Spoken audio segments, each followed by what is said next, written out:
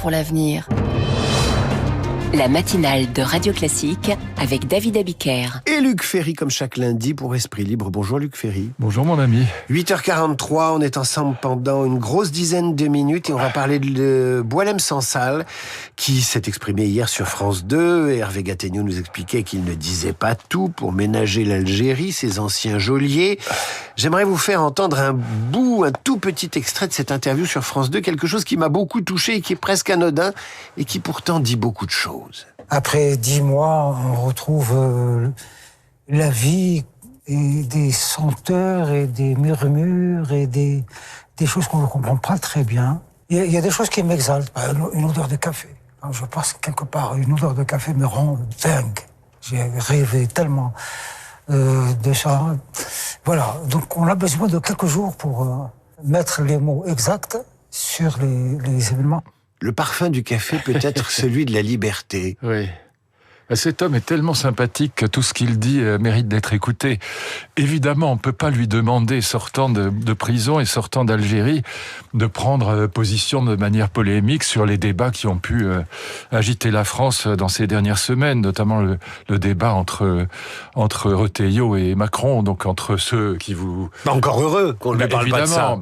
On lui en a certainement parlé dans le débriefing, on a certainement lui demandé de ne pas prendre parti, et comme Boualem Sansal, je le connais un peu, et c'est un homme absolument adorable.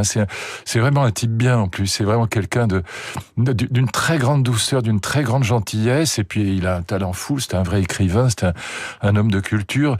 Donc c'est quelqu'un qui sait très bien que sa liberté est bridée pour l'instant et qu'il dira les choses peut-être dans 6 mois, peut-être dans 3 mois, je ne sais pas. Mais dans cette interview, pour l'instant, il ne peut pas évidemment parler librement, comme il y a un moment de diplomatie, un moment de reconnaissance. Voilà.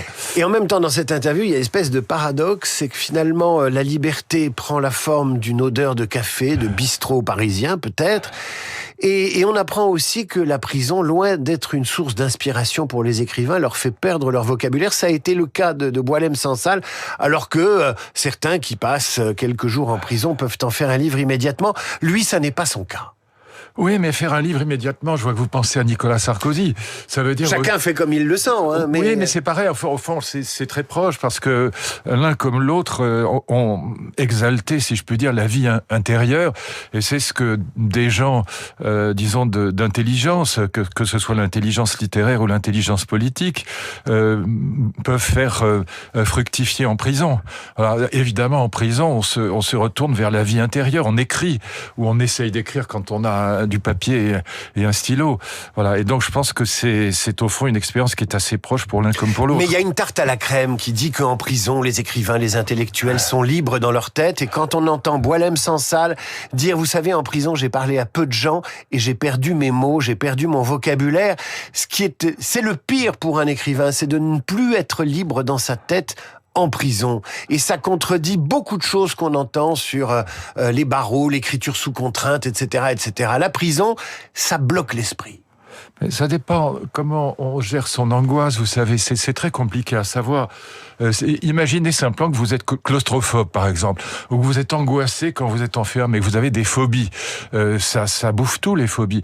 Donc on peut pas savoir ça. Il faut connaître la personne, il faut qu'elle puisse parler librement. Donc voilà, ne sous-estimons pas l'ampleur du phénomène de l'angoisse, l'ampleur du phénomène des phobies. Un claustrophobe enfermé en prison, il devient complètement dingue. Je ne sais pas, évidemment, si c'est le cas de Sarkozy ou si c'est le cas de Boualem Sansal. Mais encore une fois, quand quelqu'un comme lui, qui est un homme profondément raisonnable, qui est un homme d'intelligence, quand il sort de prison, il y a un débriefing. Je pense qu'il a rencontré Emmanuel Macron. Donc, encore une fois, ne lui demandons pas un excès de liberté, disons de transgression des règles de bienséance diplomatique quand il sort de prison. Attendons, on verra. Peut-être dans 6 mois, il nous dira ce qui s'est passé, comment il a vécu ça vraiment. Et en même temps, il a eu 25 minutes d'interview hier au journal de France 2. C'est beaucoup pour un intellectuel. C'est rare que les intellectuels aient 25 minutes. Sur France 2, les Français ont découvert une figure attachante, quelqu'un qui, malgré peut-être un peu d'autocensure, a dit beaucoup de choses.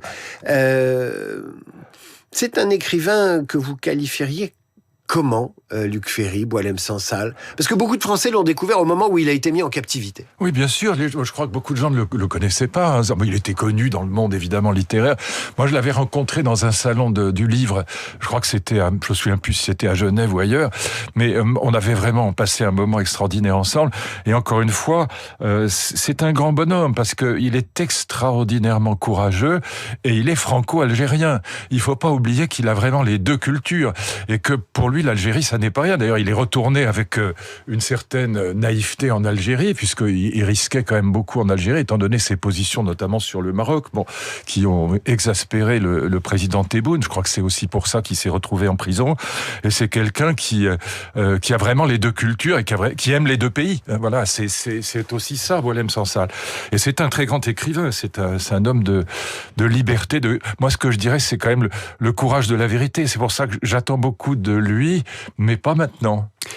Une autre prison. En termes de dire la vérité, évidemment, mais pas maintenant. On peut pas lui demander d'entrer dans les polémiques françaises au moment où il est quand même dans la reconnaissance par rapport à la diplomatie, qu'elle soit algérienne ou qu'elle soit française. Moi, je pense que probablement l'un des ressorts de sa sortie de prison, c'est que Tebboune n'avait pas intérêt, le président algérien, à ce que cet homme devienne très malade en prison. C'était pas, ça en aurait fait un martyr mondial, et c'est évidemment c'était une très mauvaise chose pour l'Algérie. Donc, il dit avoir personne n'y avait intérêt. Ni la France ni l'Algérie n'avaient intérêt à continuer ce drame absurde et terrifiant. Et il dit avoir été plutôt pas mal soigné en prison avec des médecins avec lesquels il a sympathisé. On va parler d'une autre prison, Luc, qui est une prison à ciel ouvert, à réseau ouvert, c'est TikTok. On s'enferme dans TikTok et finalement, au lieu de s'ouvrir sur le monde, on reçoit toujours les mêmes informations. Le président en a parlé la semaine dernière à Arras. Je sais que c'est un sujet qui vous passionne, les algorithmes, l'intelligence artificielle, cette façon dont les réseaux reconstruisent peu à peu nos univers. On écoute le président de la République devant des enseignants et des parents. Par exemple, leur TikTok à eux, puisque c'est une entreprise chinoise, n'a rien à voir avec notre TikTok à nous. Il est limité en heures d'exposition par jour et c'est du contenu pédagogique pour les enfants. Donc eux, ils ont totalement intégré que c'était une guerre cognitive dans laquelle on était lancé. Et leur stratégie, c'est de dire ce qui rend les jeunes maboules, je vais leur envoyer, et ce qui rend mes jeunes plus intelligents, je vais me le faire chez moi. Et nous, on est les couillons au milieu du service à dire, allez-y les jeunes, mangez ça, ils en mangent pas chez eux, mais ils nous l'exportent. Le président parle d'or, j'ai envie de le dire.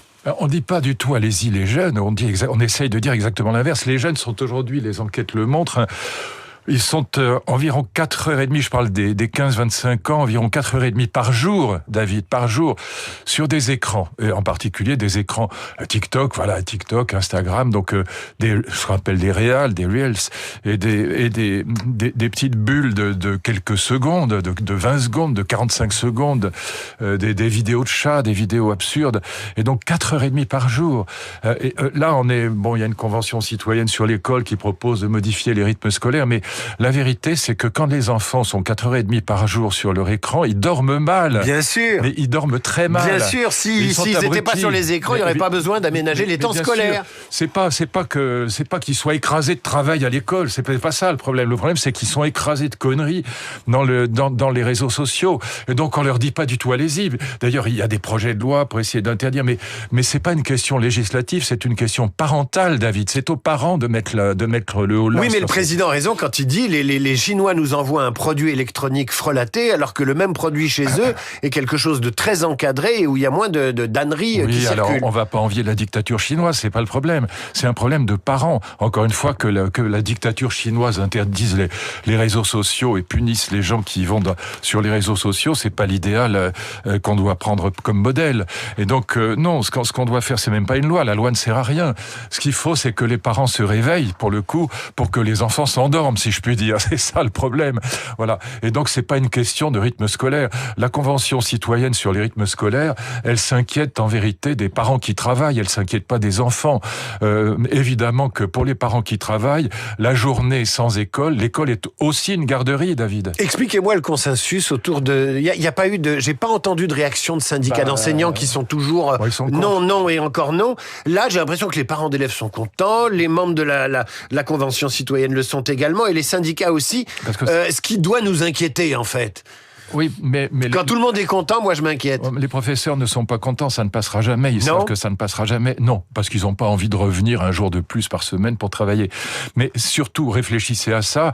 Pour les parents qui travaillent, notamment pour les femmes seules qui travaillent et qui ont des enfants, ce jour sans garderie, c'est parfois une catastrophe.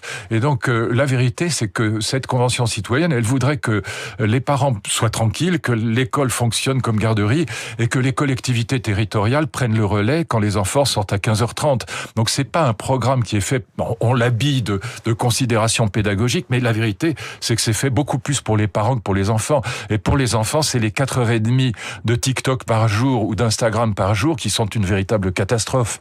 Luc, merci. Vous parlez d'or. Nous allons nous séparer avec Scott Joplin. Il est né au Texas un 24 novembre 1868.